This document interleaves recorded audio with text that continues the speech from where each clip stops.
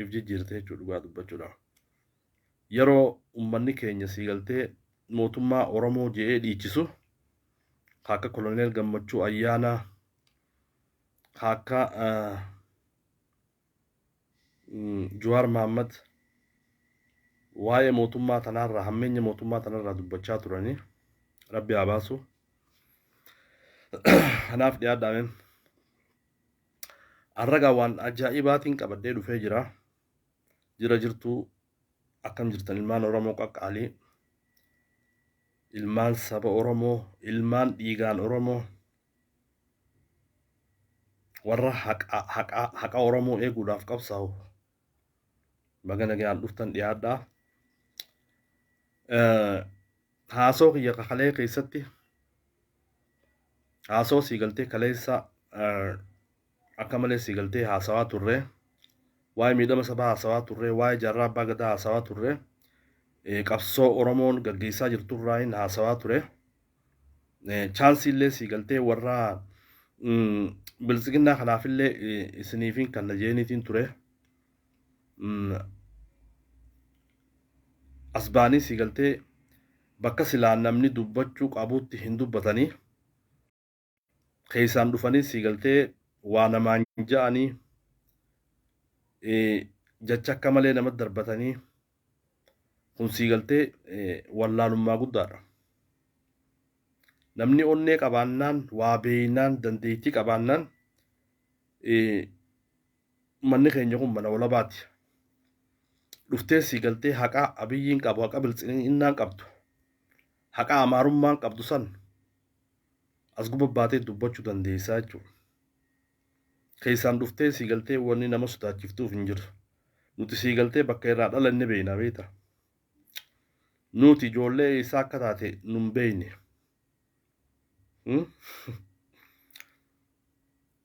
Kanaaf namni nama hin beeyne beeta waa hedduu namaan jechuu danda'a. Waa hedduu siigaltee keessaan dhuftee namaan jechuu dandeessa. Nuti siigaltee dhaloota eessaa akka taane, dhaloota siigaltee qabsoorra guddate, dhaloota siigaltee qabsoon Oromoo bakka itti utubamtee irraa dhalanne warra akkasiiti, warra takkaa nama sodaatee hin beekne. Kanaaf warri Haramaayaa takkaa nama sodaatee hin beeku dhugaa dubbachuudhaaf. Warri Haramaayaa qabsoo Oromoo dabsuu fi shira jala deemuudhaaf takkaa siigaltee jala yaanee hin beeknu. Takkaa faayidaadhaan. Faayidaaf jecha siigaltee saba Oromoo gurgurree hin beeknu. Goototaan nu keessaa bee. Hayyootaan nu keessaa bee, ulamaa'in nu keessaa bee kan akkasitti hubachuun ni danda'ama. Kanaaf abbaa fedhee akkaan hin sodaanne jala murtanii beekuutu barbaachisa. Yoo dandeettii qabaatan warri kaadiree bilisiginnaa keessaan siigaltee nama dhuftanii waa namaan jechuu kun siigaltee gowwummaadhaa moomuudha. Yoo dandeettii kan qabaatan taate wayi beeynoo kan jettan taate carraa isiniifin kanna. Carraa isiniifin kanna. Kanaaf namni humaan beeyne siigaltee silaa waa beeyte silaa waa hubatte rakkoon saba keetii si dhagahamti turti. Garuu waan hubattu, waan beeytu, sitti himanillee siin galtu. Atii fi hoolaan tokko, atii fi beeyladaan tokko dayyuusa. Siigaltee? Kanaaf loon jala deemu ati. Loon jala deemu yeroo hundaa'u siigaltee loonii fi loon jala deemaami waan takka siigaltee understanding godhu beeyladaadha jechuudha. Kanaaf namni warri kaadiree bilisiginnaa jaanii warra akkanaati.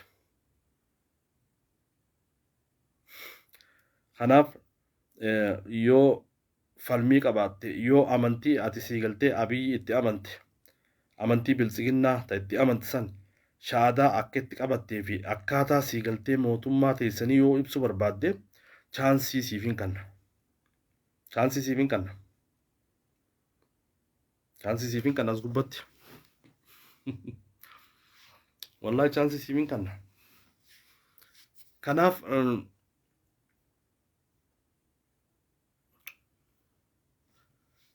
wanni isin itti jirtan dogongoraa.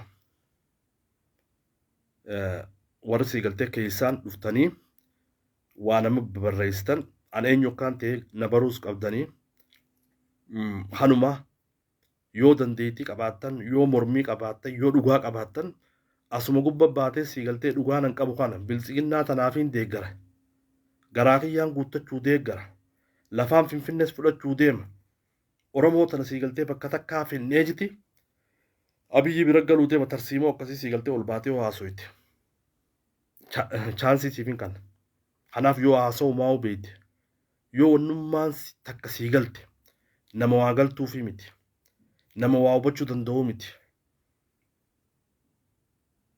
akkaan siin jedhu hin beeku dhugaa dubbachuudhaaf warra osoo siigaltee kilaasii takka hin baratin warra osoo siigaltee waan takka honjiin kan siigaltee afaan oromoo katabuu hin beekne kan barnoota hin qabne warra akka hooleyyii tanaattu siigaltee keessaan dhufee namatti waa barreessa kanaaf dura waa baradhu nama waa beekututu namaaf waa barreessa akkaataan ati itti barreessitu akkaataan siigaltee kanaaf waa baradhu kanumaan jechuu barbaada gama biraatiin akkaataa sagantaa siyaasa warra phiiphii mootummaa phiiphii tanaa fi fulbana 26 irratti maaltu dhufuu deema kan jedhu waa hubachuun barbaachisaadha fulbanni 26 2014 jechuudha akka warri kaadiree ibsaa jiranitti fulbana kana booda